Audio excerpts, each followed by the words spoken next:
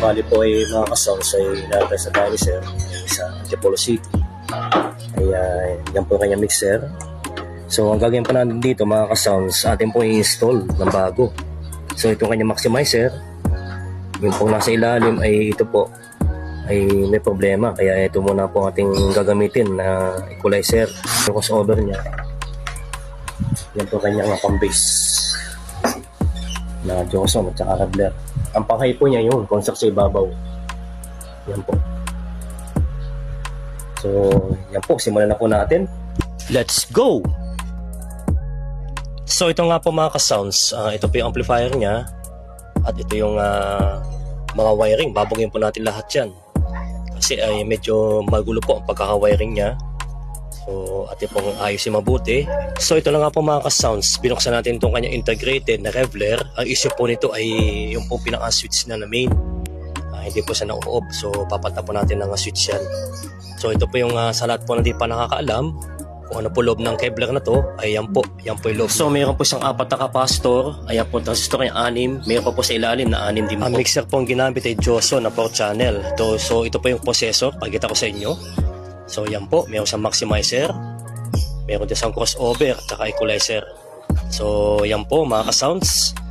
A few moments later. Ito mga ka-sounds, na-repair na po natin itong at na-install na po natin itong amplifier ni sir at saka mga processor, yan po.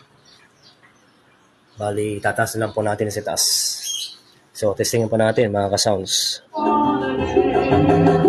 Yan gusto ka ni sir, yan naman gusto niya kakanta. Kaya yan sinalang po namin. Pahinsan na po. Okay na. Yan po amplifier niya. Johnson sa akin.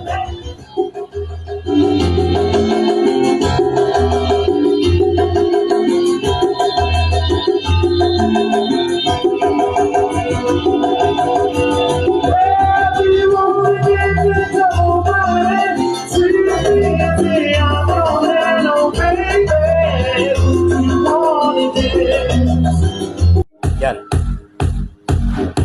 Tapos, makabang bahay.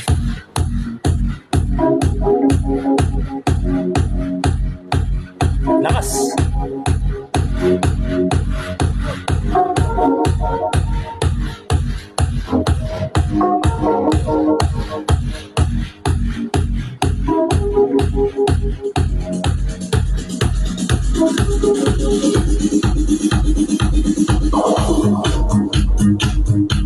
Lakas ganda. I-install po natin ng bagay yan. Mga ka-sounds.